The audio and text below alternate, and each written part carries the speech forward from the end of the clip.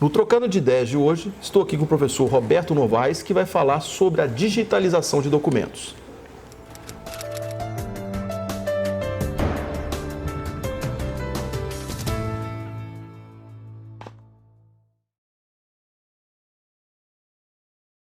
Muito obrigado pela sua presença aqui. Vai ser muito grandiosa a sua entrevista, porque você está trazendo um tema novo que até me despertou curiosidade, que é sobre a questão da digitalização de documentos. Você podia explicar para a gente como é que é essa questão da digitalização, o que está sendo feito, qual é a dificuldade, isso vem como uma ferramenta, isso vem como uma solução, o que os operadores do direito estão fazendo agora, qual que é a repercussão que vai acontecendo nessa situação que você está falando aí sobre a digitalização.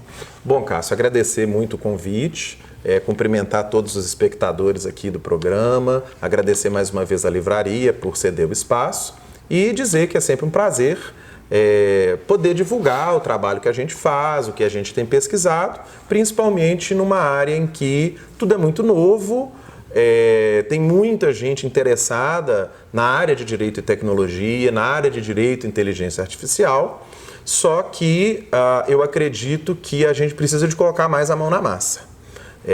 A gente precisa de entender realmente as ferramentas que existem, o que a tecnologia permite fazer, a gente tem que se envolver com a tecnologia, sair um pouco ali da nossa área de conforto dentro do direito e mudar um pouquinho do lado do balcão. Bom, essa tecnologia de geração de documentos, me permite só detalhar um pouco melhor essa diferenciação, ela consiste no desenvolvimento de documentos que funcionam como se eles fossem aplicativos. Então vamos imaginar que o trabalho do jurista, de uma forma geral, seja ele advogado, juiz, um membro do MP, enfim, qualquer pessoa relacionada com a profissão jurídica, no nosso país em que o direito ele é escrito, né, ele é muito pouco oralizado, ele é principalmente escrito, né, a prática jurídica é principalmente escrita, a gente pode dizer que 100% do nosso trabalho, o resultado e a entrega dele, 90% da entrega desse trabalho é em meio escrito. Seja um parecer, um contrato, um documento, uma proposta, uma petição, enfim, qualquer documento processual. Então, o trabalho do advogado, do jurista, é escrever e produzir documentos. E a gente também bem sabe que os juristas, em geral, eles não partem de páginas em branco. A gente parte do que a gente já fez antes. Sim. Né? Então, eu não contrato um advogado para fazer um contrato para mim porque é a primeira vez que ele fez aquilo. Eu contrato aquele advogado porque ele já fez aquilo várias vezes. Então, por óbvio, que ele vai partir do que ele já tem. Ele vai, quando ele não sabe um determinado assunto, ele vai consultar o que os colegas já fizeram. E não há nada de errado nisso. Agora, imagine que esse trabalho de construção, ele é implícito na nossa cabeça, no nosso pensamento, e a gente precisa de formalizar aquele raciocínio. Então, imagine que eu vou escrever, vamos supor, um contrato social de uma sociedade limitada. Eu tenho um determinado conjunto de regras, de cláusulas, de pequenos trechos de texto que sempre se repetem. Sim. Eu não escrevo do nada uma cláusula, por exemplo, da resolução da sociedade com relação a um sócio. Eu não escrevo do nada uma cláusula de drag along, de tag along. Eu não escrevo do nada uma cláusula sobre o objeto social daquela sociedade. Eu posso ter vários modelos que eu já usei em outras épocas, né? Então, imagine que a partir de um conjunto de regras que eu vou imaginar, que aí é o meu conhecimento jurídico, deve estar presente essa cláusula, não deve. Se ela estiver presente, que outra informação eu tenho que acrescentar? Se houver uma cláusula de relação em relação a um sócio, se houver uma cláusula em relação à morte do sócio, se houver uma cláusula em relação à retirada amigável ou não daquele sócio, e assim sucessivamente, que outras consequências lógicas eu tenho dentro daquele documento? Entender que esse documento, então, na verdade, ele não é um documento que está armazenado. Na verdade, os dados desse documento que estão armazenados no aplicativo, seria isso? Imagina que a lógica desse documento ela está redigida em alguma linguagem. Pode ser uma linguagem de programação geral, então pode ser feito em Python, pode ser feito em Java, pode ser feito em C#, enfim. Pode ser feito numa linguagem de programação genérica, de uso geral, que é o nome técnico que é dado. Mas existem as várias plataformas que têm as próprias linguagens, que já são linguagens adaptadas para a elaboração de documentos. Então, na verdade, por exemplo, hoje esses softwares que vendem aí para advocacia, para eles fazerem algumas petições, que tem alguns que trabalham com advocacia de massa, na verdade, então, eles têm a base de dados deles, então, na verdade, são esses documentos. São esses documentos. Que estão dentro de uma base de dados, assim, da medida que ele precisa, essas informações vão para uma plataforma e aí se faz essa petição, esse contrato, Isso. e ao qual eles vão ser utilizados. Então imagina, você está dando um exemplo aí que eu acho que é um exemplo fácil de entender. Imagine um escritório de advocacia que é especializado nesse contencioso de escala, que ele tem um volume enorme de documentos repetitivos. Então, um escritório que presta serviço para o setor bancário, faz um contencioso bancário e trabalha na área de empréstimo consignado. Em geral, as defesas ali que ele vai fazer para aquela instituição financeira são as mesmas. E ele vai responder uma série de perguntas. Qual é a data do contrato? Qual é o valor do contrato? Qual é o nome das partes? Houve a entrega de todos os documentos? Não houve? Enfim, as perguntas pertinentes àquela determinada área. O advogado que está ali no dia a dia, cumprindo prazo, em vez de ele ficar... Eu estou fazendo um uso bem simples, né? Para a gente ir do mais simples ao mais sofisticado. Ao invés de ele ficar fazendo um Ctrl-C, Ctrl-V do modelo que ele tem lá por debaixo para ele fazer, ele vai entrar na plataforma específica, vai responder um formulário, né? Dizendo, a parte é o Cássio, a contraparte é o Banco Realeza, o contrato foi celebrado na data tal, aí tem o campo para ele preencher a data. Tratava-se de um contrato aí tem as opções de empréstimo consignado, de cartão de crédito, de empréstimo pessoal, houve inadimplemento de X parcelas a partir da data tal. Então, imagina que a partir do preenchimento de um roteiro de perguntas, daquilo ali é gerado uma petição, né? É gerada uma contestação, por exemplo, nesse caso que nós estamos aqui narrando. Agora, qual que é a crítica que muitas vezes é feita, e no meu modo de ver ela é totalmente infundada? Critica-se esse tipo de tecnologia por uma vaidade do advogado mesmo, que quer acreditar que tudo que ele faz é inovador, que tudo que ele faz é novo.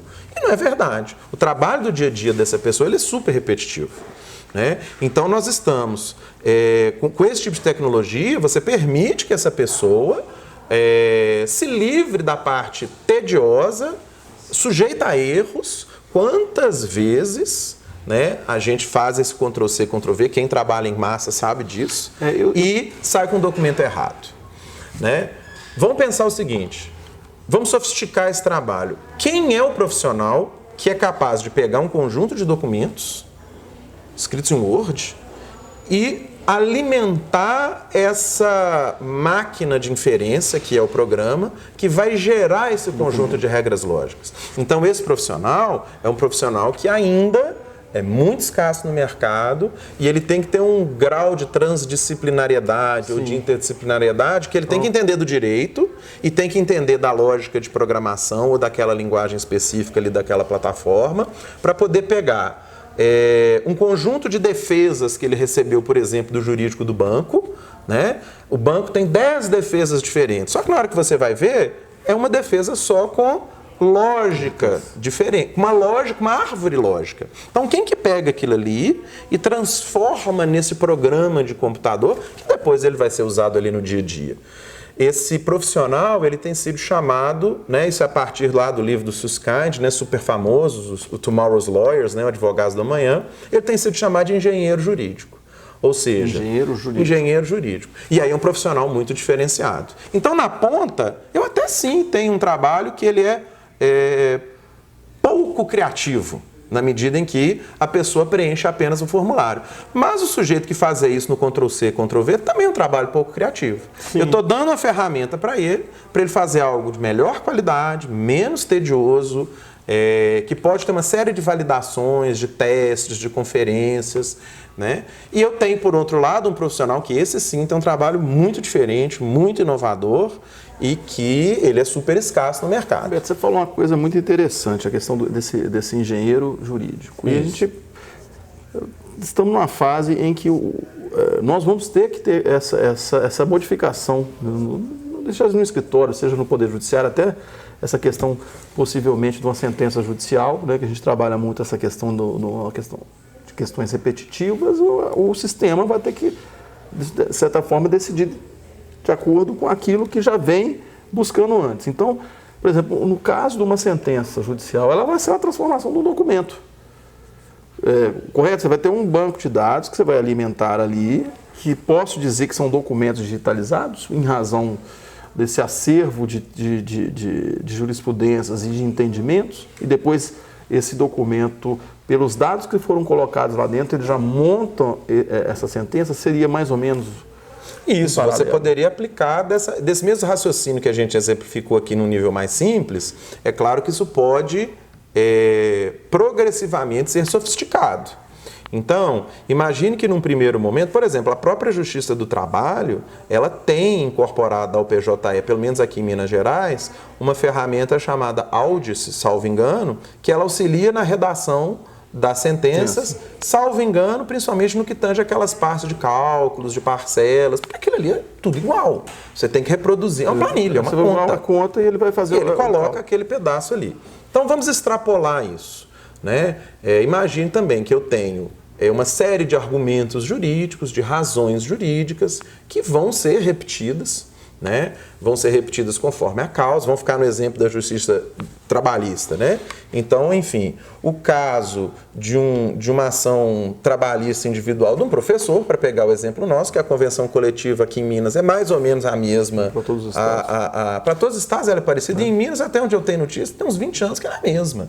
Então, assim, óbvio, existem diversidades nas situações, existem, claro que existem, mas uma boa parcela é igual. É hora extra, é adicional noturno, é intervalo interjornadas, enfim, são essas questões que vão ser sempre discutidas ali no caso do dissídio individual do professor. Então, quer dizer, será que a gente não consegue, a partir de uma série de inputs daquilo ali, a data do contrato de trabalho, a data da rescisão do contrato de trabalho, os últimos contra-cheques, um paradigma que eventualmente exista, a gente não consegue gerar algo parecido com uma decisão quase pronta? Então, isso é um desafio que a gente faz. E, na verdade, o que aconteceu é o seguinte, o advogado tinha um modelo de petição. Isso. O Ministério Público tinha um modelo de parecer. E o judiciário já tinha algumas sentenças decididas ali. Realmente era um judiciário do Ctrl+C e Ctrl+V, copia e cola. Isso. O que está sendo feito, essa ferramenta, é só ela julgando dentro de um sistema, de um banco de dados, eu acredito que com a rapidez maior para fazer esse documento, com menos chance de erro. Né? Com menos chance de erro. Né? Então, assim, isso é um primeiro nível de automação de documentos que a gente pode fazer. Agora, vamos imaginar também, para a gente sofisticar isso um pouco mais. Então, quer dizer, você tem toda a razão, né? Rebobinando a fita um pouquinho. O rei está nu. Todo mundo sempre fez isso, foi muito bem colocado o que você diz, e tem que ser feito assim mesmo. Ô, Cássio, se a gente fizer uma conta simples, né? Uma conta de padaria, pelos últimos relatórios aí da Justiça em Números, são cerca de 30 milhões de decisões judiciais por ano. O Brasil, se não me engano, são cerca de 18 mil juízes ativos, né? Então, a quantidade... Quando a gente faz uma divisão do número de decisões judiciais pelo número de juízes, salvo engano, são cerca de 1.600 decisões por ano por juiz. 365... O juiz tem 2 meses de férias. Se não tivesse final de semana, feriado... Se ele trabalhasse 20 dias por mês durante 10 meses, você está dividindo 1.600 decisões por 200 dias. Ele dá 8 decisões por dia? É impossível. Impossível. E ele dá. Então, se ele dá, é porque existe um grande grau de repetição e um grande grau de pré-moldados. Pré-moldados. E não tem nada de errado com isso. Tem que ser assim, senão não tem entrega. Senão não tem entrega. Né? Agora, uma vez que a gente transformou essa aplicação, esse documento numa aplicação, ele passa a ser um software. E como ele passa a ser um software, ele pode interagir com outros softwares. Então vamos imaginar um uso extrajudicial disso. Imagine que eu preciso de fazer contratos em massa. Por exemplo, o banco né, vai fazer contratos em massa. Por exemplo, uma seguradora vai fazer contratos em massa, um estabelecimento de ensino vai fazer os contratos em massa. Então, imagine que eu tenho o sistema de gestão lá daquela escola, daquela universidade, e que ele tem todo o cadastro dos alunos. O ano, a turma, quantas disciplinas faz. Quer dizer, eu tenho todos os dados econômico-financeiros e acadêmicos daquele aluno. Imagine que eu alimente um sistema que vai gerar em lote todos os contratos de matrícula, né, ou de renovação de matrícula, assim, os contratos de prestação de serviços educacionais daquele aluno, né? Então, imagine que depois eu ainda conecte essa solução numa solução de assinatura eletrônica.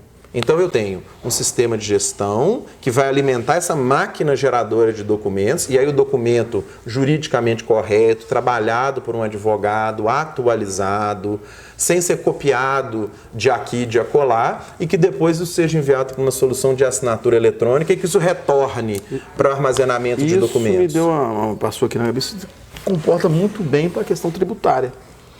Às vezes uma prefeitura que às vezes tem o mesmo tipo de lançamento tributário, por exemplo, de multa ou atraso de pagamento de algum tributo, ele já pega aquele lote, já sabe que aquilo, o cálculo, alguém já fez aqueles cálculos, e essa petição vai sendo feita colocando o nome da parte, o valor que está devendo, porque já sabe o fato gerador é o mesmo, né? E já vai fazendo o lançamento.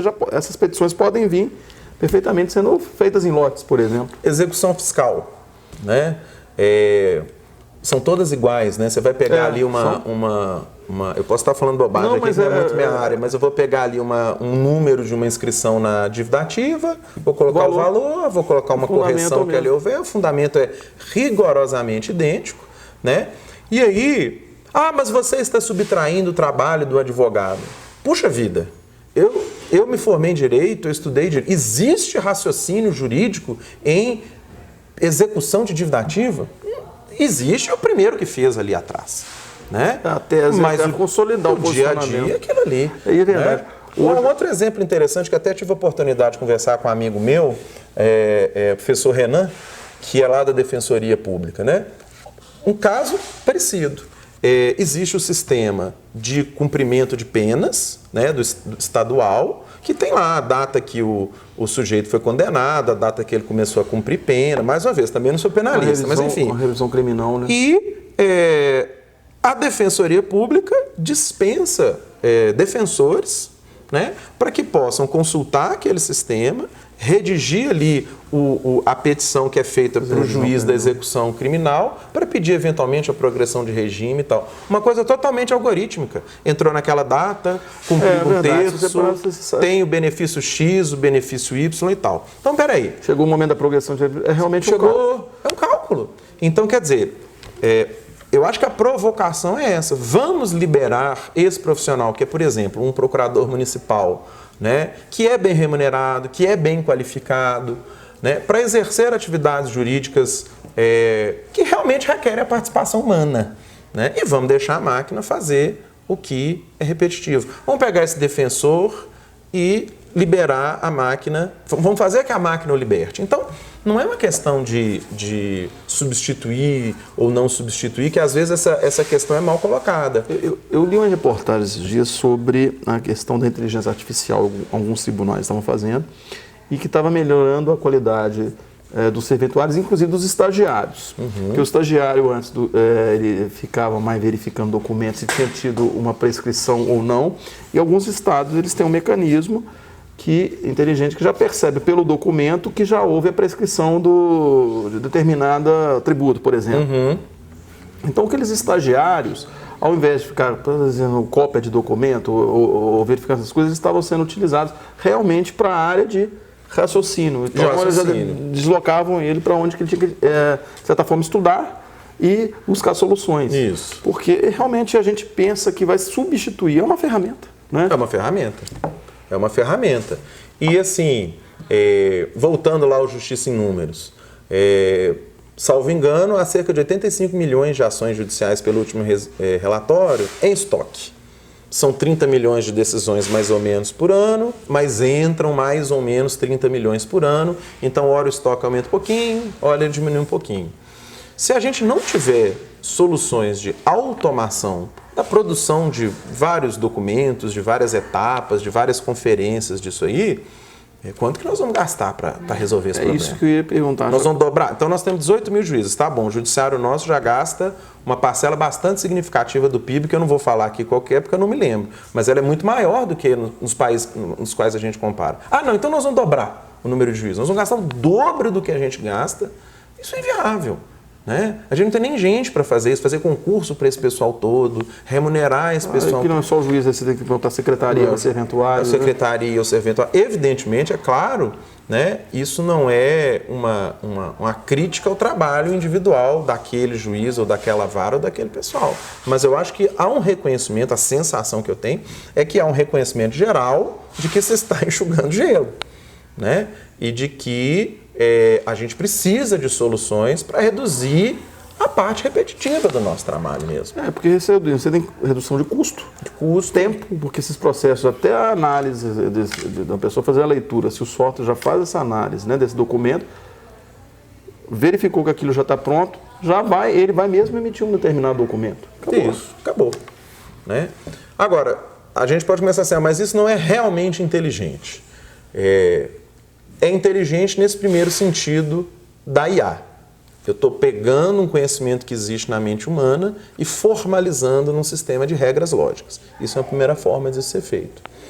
Agora, hoje já surge um outro desafio da geração mesmo, sem esse processo de formalização, da geração a partir de exemplos, da geração a partir de um inventário, do documento integralmente do zero. Isso é um desafio. Existem iniciativas nesse sentido, existem iniciativas, inclusive, bem-sucedidas de análise de texto a partir dessa massa digital. Por exemplo, aqui no Tribunal de Justiça de Minas Gerais foi feito um experimento com um sistema que ganhou o nome de radar, no qual ele identifica causas semelhantes, causas parecidas, e consegue produzir decisões judiciais parecidas para aquelas causas parecidas. Então, a gente tem um sistema de classificação de texto, classificação de documentos.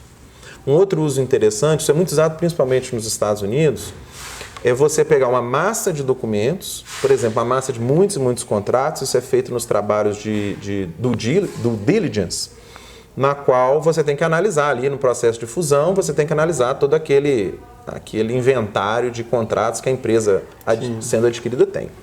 Então, existem sistemas hoje nos quais você alimenta essa base de documentos, esse sistema é treinado, então são usados algoritmos de aprendizagem de máquina, de modo que você possa identificar, por exemplo, olha, alimentei esses sistemas com 30 mil contratos de prestadores de serviço que aquela empresa tem. Então imagina aí uma seguradora que tem 30 mil contratos nos Estados Unidos com os guinchos, que são 30 mil contratos de prestadores de serviço que aquela empresa tem. Então imagina aí uma seguradora que tem 30 mil contratos nos Estados Unidos com os guinchos, que são prestadores de serviços particulares. Ela não tem 30 mil contratos iguais, porque eles vão ser... Tem a característica... Vai mudando, um é feito numa época, outro é feito em outra, tem as legislações estaduais, no caso dos Estados Unidos, mas vamos imaginar que não existisse, né? Ela vai contratando essas pessoas e recontratando ao longo do tempo e vai versionando aqueles contratos. Então imagine que isso seja alimentado numa base e que a máquina, a partir desse conjunto de exemplos, consiga detectar anomalias. Então ela consegue detectar que aquele 5% daqueles contratos tem uma cláusula que só eles têm e que isso figura como uma anomalia naquela base de contratos. E, portanto, elas vão merecer a atenção do ser humano. Entendi. Determinados contratos têm uma redação diferente dos demais e que merece uma análise do ser humano. Eu tenho notícia de que nos processos de due diligence nos Estados Unidos, historicamente se reviu cerca de 5% de toda a papelada, de toda a documentação, por causa do custo. Fazia-se uma amostragem e não se revia tudo. E hoje está se chegando a rever 100% dos documentos. Roberto, fazer a última pergunta, Tá bom. fazer um intervalo, depois a gente faz a segunda parte. Você tem noção de custo de um software desse? Se for para um escritório, de um sistema desse de documentos, Olha, a margem? Existem soluções de mercado, existem empresas aqui no Brasil que comercializam esse tipo de sistema, existem empresas estrangeiras que comercializam esse tipo de sistema, e existem soluções em código aberto. Eu vou evitar aqui de dar o nome de cada uma para não fazer propaganda de uma ou propaganda de outra. Mas assim, o custo do software, para te falar a verdade, eu não vejo ele como um custo caro, proibitivo. Eu acho que as pessoas podem contratar a partir de valores bem modestos mesmo.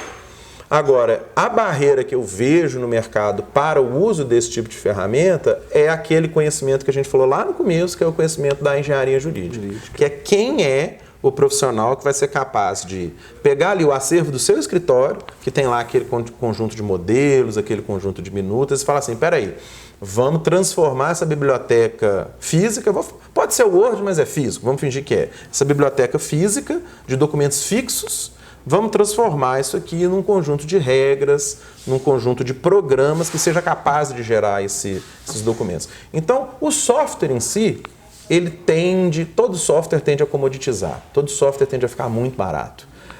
Agora, a mão de obra desse profissional é que ela é difícil, ela que é escassa. Ótimo, nós vamos continuar na segunda parte ainda dessa questão do engenheiro. Agradecemos à editora De Plácido que nos cede local para gravarmos o Trocando Ideias. Estou aqui com o livro do professor Marcelo Milagres, que é professor da UFMG. Esse livro foi lançado no mês de março, Direito das Coisas. Um livro que está totalmente atualizado com as novas modificações que ocorreram no Direito das Coisas, como a lei de multipropriedade, entre outras.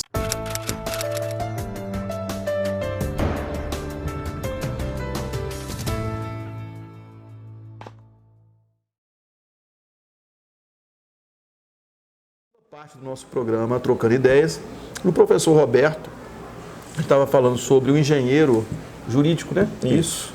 Roberto, nessa questão do engenheiro jurídico, como é que você vê hoje o profissional do futuro? O que vai precisar do profissional do futuro? E essa questão desse engenheiro jurídico, ele é formado em direito? Ele é formado em computação? Ou ele é formado nos dois? Porque, quem não sabe, você é formado em dois cursos, né? Você é formado em ciência da computação. Eu estudei sistemas de informação. Formação e direito, né? Isso. E aí você tem essa um pouco mais de noção, você chega a programar alguma coisa? Eu programo já há muitos anos. Eu aprendi a programar autodidata, que é assim que a gente aprende mesmo. Depois eu estudei sistemas de informação, eu estudei direito primeiro. Depois eu estudei sistemas de informação. Eu não cheguei a me formar, eu abandonei o curso. Porque assim, eu já tinha uma vida profissional. O que foi muito bom no curso de sistema de informação, que eu fiz uma parte de matemática que eu não tinha, então eu ganhei um conhecimento matemático, mas o que eu sei hoje de programação, de desenvolvimento, de metodologia, de linguagem, a parte do curso que eu fiz me ajudou, mas eu aprendi fazendo mesmo. Em relação a esse profissional do futuro, primeiro que eu não sei se ele é tão do futuro assim, porque a gente precisa dele agora. Eu acho que a gente tem que ter uma reforma curricular a fundo nos cursos de Direito. O curso de Direito que eu leciono hoje é o mesmo, ou muito semelhante ao curso de Direito que eu me formei há 20 anos atrás. Pelo que eu conheço do mercado de ensino jurídico, das universidades, os cursos continuam muito tradicionais. Outro dia eu estava até conversando com o professor Hermes, né, que é um grande historiador do direito, lá diretor da faculdade. Eu comentei que o curso de hoje é parecido com o curso de 20 anos atrás. O Hermes comentou, não é parecido com o de 20 anos atrás, não. É parecido com o de 100 anos atrás. Eu conversei com o Pepe aqui e a gente chegou também nesse questionamento. Hoje as faculdades, elas copiam praticamente as mesmas matrículas, formam um generalista para passar na prova da OAB. E pronto, porque é assim que elas divulgam e a marca do sucesso delas uma aprovação na OAB. Aí quando entra esse profissional que vai passar na OAB, que está direcionado para isso, ele fica perdido no mercado, porque ele não tem uma diretriz. Ele é um generalista, então ele não tem um aprofundamento numa área, por exemplo, do direito do trabalho, do direito civil. Ele é um geral. Um generalista. É muito difícil do mercado de ser... aproveitado do mercado de trabalho, ele acaba correndo para uma especialização. E aí, assim, o que eu tenho feito como professor, eu tenho oferecido lá pela UFMG, como curso de extensão, um curso de programação aplicado ao direito. É É um curso de extensão. Tem algum endereço que os alunos possam entrar em contato ou essas turmas são fechadas para os alunos? Eu tenho um site que é robertonovaias.com.br, narcisisticamente é robertonovaias.com.br e normalmente eu divulgo por ali ou pelo LinkedIn. Mas ele é um curso feito pela Fundep, junto com a Faculdade de Direito, então ele também é divulgado pela Fundep. Possivelmente esse ano nós vamos ter uma outra turma, ano passado eu fiz 2. Mas enfim, ele é um curso que apresenta em 20 horas, 30 horas, que foram os 2 formatos que a gente fez, conceitos básicos de programação para os advogados. Aí você chegou na pergunta, bom, vai ser um advogado programador ou um programador advogado? E eu costumo sempre responder que tudo vale a pena se a alma não é pequena. Depende do seu gosto, depende do tanto de tempo que você tem que investir, que você tem para investir. Eu acredito que ninguém perde nada por estudar mais e por saber mais. Você precisa de saber programar, como por exemplo eu sei programar profissionalmente? Não. Mas eu acredito que um mínimo de interface você precisa de ter. Né? Porque vamos lembrar também o seguinte, hoje a gente vive uma situação muito mais dramática, na qual a gente tem cerca de 1.200.000 e poucos mil advogados ativos inscritos na AB. Sendo que mais ou menos metade desses advogados estão em Minas Gerais, São Paulo e Rio de Janeiro. Então a gente vive esses paradoxos no Brasil, né? 85 milhões de processos, 1.200.000 advogados e uma grande parte da população desassistida de um serviço jurídico formal. E esse paradoxo só é explicado por uma série de ineficiências que existem no sistema, né? Então, assim, quem que é o profissional que vai saber superar isso? E aí, assim, eu não digo isso falando que o profissional não tem que estudar direito. É claro que a gente tem que saber direito, mas a gente tem que saber também gestão, a gente tem que saber um pouco de computação, a gente tem que saber matemática, a gente tem que saber estatística. Por exemplo, várias outras áreas das ciências humanas tratam a estatística como ordem do dia, como algo comum, zero e vezeiro, que há muitos anos já é estudado. O direito não tem. Então, como é que a gente vai falar em jurimetria, como muita gente gosta de dizer, se a gente não estudou nada de estatística? Se a gente não sabe as medidas estatísticas básicas, não sabe estatística descritiva básica, quanto mais construir um modelo, quanto mais falar em predição. Então, assim, hoje um escritório que monta um painel, monta um dashboard, monta um Power BI, como são os nomes que muitas vezes são propagandeados aí, mostrando estoque processual, duração média, processo por comarca, processo por assunto, acha que está fazendo algo muito sofisticado. É muito sofisticado para o direito, porque nós estamos super atrasados. E aí, Cássio, aquela pergunta, né? Então você acha que o menino tem que estudar isso tudo? Eu não sei, não tem resposta também não, né? Porque senão o curso de direito dura 10 anos. Mas eu acredito que a gente pode investir muito menos tempo em alguns detalhamentos do direito, né? Aí eu não vou tirar do penal, não vou tirar do processo, não vou tirar do constitucional, senão meus colegas de cada área vão ficar insatisfeitos comigo. Mas eu acho que a gente estuda muita coisa que a gente não deveria estudar, que a gente não precisa, né? E que talvez o curso ele pudesse ter percursos, né? Que o aluno tivesse mais liberdade para montar o nicho que ele vai seguindo depois, né? O nicho que ele vai seguir e tal. Só que o que acontece? Como a gente tem essa amarração no final, que é a prova da ordem, acaba que eu tenho que preparar o sujeito para a prova da ordem. Então você acha também que tem que criticar, que tem que tirar a prova da ordem? Você está falando que... Não, também não sei. Acho que a prova da ordem é importante, sim. Mas se você parar para você analisar, a prova da ordem ela não busca o generalista, ela é só a primeira fase. Tanto é que você faz ela específica para trabalho, para penal, para civil. Né? O problema é que o aluno, as faculdades não direcionam depois para aquilo. Não direcionam, né? A gente não tem no curso de Direito, e cada vez mais isso é necessário, eu acho, até pelo número de profissionais. A gente discute muito como que o nível de remuneração acaba sendo muito deprimido. Como é que isso gera muita frustração de uma pessoa que... Eu costumo comentar com os alunos que hoje um advogado júnior que ganha R$3.000, que ganha R$2.500 como advogado associado, paradoxalmente ele é um privilegiado. Porque quantos alunos nossos têm os seus empregos, estudam direito, na esperança de que vão melhorar de vida, e na hora que ele se forma, ele não pode largar o emprego anterior dele para ter, entre aspas, o privilégio de ser um advogado júnior ganhando R$2.000. Ele tem que continuar trabalhando na loja de material de construção que ele trabalhava, que ele ganha CLT e ganha comissão. Né? Então, assim, ele não pode, olha que bizarro isso que eu estou dizendo, ele não pode se dar o luxo de ganhar muito pouco para ser um advogado júnior num grande escritório, por exemplo. Então, assim, a gente vive esses paradoxos. E eu sinto muita falta e eu sinto muita angústia de não conseguir, e isso é uma frustração minha como professor, não conseguir preparar o aluno para isso, não conseguir direcionar o aluno para isso. Tenho minha modesta iniciativa de ter um curso de programação, eu tenho feito também um trabalho junto com a divisão de assistência judiciária lá da Faculdade de Direito, que se chama Gestão Legal. Então, nós estamos trabalhando tanto a parte de sistemas, de desenvolvimento de sistemas. Agora nós vamos começar um desenvolvimento de sistemas para o atendimento do assistido carente. Então, os alunos estão aprendendo noções de desenvolvimento de software, noções de como fazer o requisito de um software, o que ele precisa de ter, um relatório, um filtro, um campo, uma busca, como que eu vou fazer um fluxo de um cadastro de uma pessoa que chega, como é que eu vou anotar o caso dela. Eu já trabalhei em núcleo de prática jurídica e é realmente uma grande dificuldade, porque vão gerando muito processo e perde o controle. Perde o controle. Né? Porque você vai tendo fluxo de atendimento, se retornou tudo isso, o cliente do núcleo trouxe os documentos. Os próprios sistemas de gestão processual que existem no mercado há muitos e muitos anos, é raríssimo você falar que um aluno viu no ambiente universitário um sistema de gestão processual. Que ele aprendeu a trabalhar no sistema de gestão processual. Ele trabalha no estágio que ele faz. Você vai lá para o escritório, ele tem que trabalhar naquilo ali, coloca o aluno lá, vai conferir publicação, vai fazer cadastro, vai juntar prazo naquilo ali, entendeu?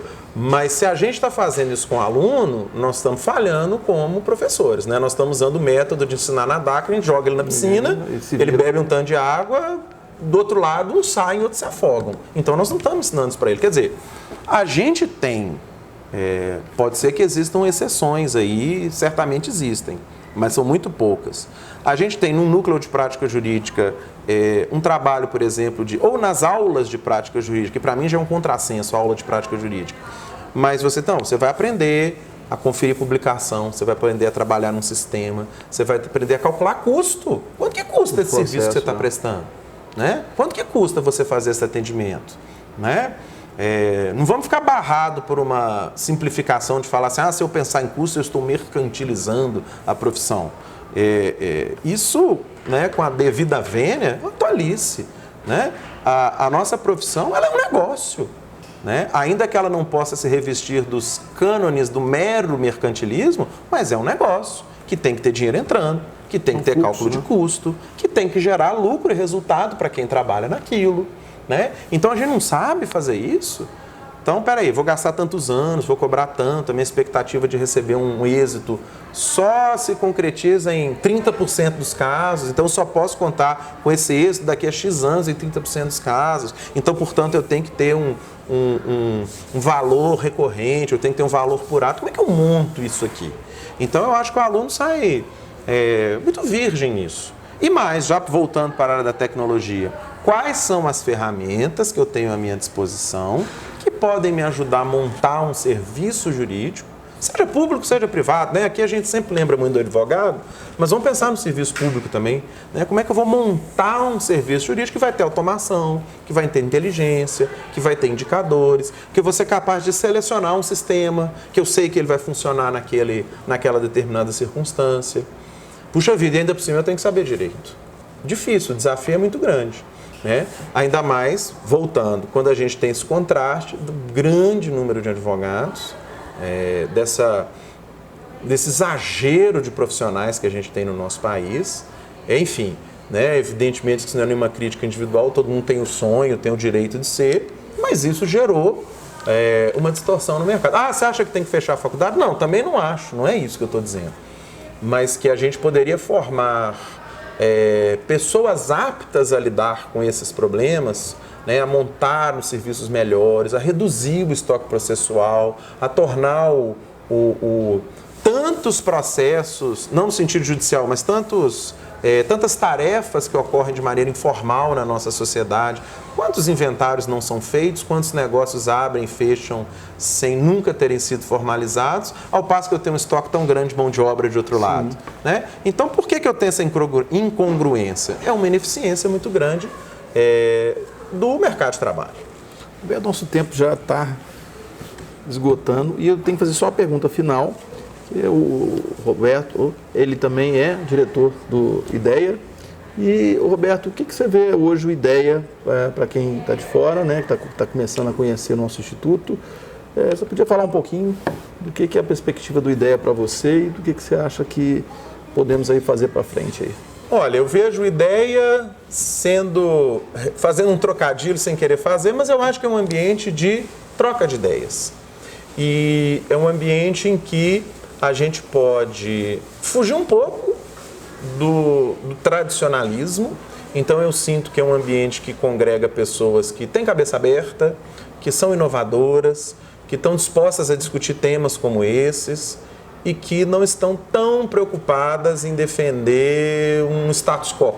Né? Então eu vejo como revolucionário no bom sentido. É o que eles chamam a gente de idealistas, Idealistas, né? Um monte de trocadilho, né? Um programa trocando ideias, idealistas no Instituto IDEA, mas enfim, eu acho que é convidar a pensar diferente. Né? E eu encontro aqui, na convivência com todos os membros, um espaço interessante para desenvolver esse tipo de pensamento, né? Conhecer o que há de inovador, o que há de diferente, o que há de revolucionário que os outros estão fazendo também. Roberto, muito obrigado pela sua presença. Acho que a entrevista foi excelente. Eu acho que vai assim, só agregar para a gente, muita gente está assistindo. Né? Eu queria mais uma vez te agradecer. E, gente, ficamos aí na próxima entrevista e fiquem atentos aos nossas redes sociais. Né? E não esqueçam de acessar o nosso site www.ideaonline.org. Até a próxima.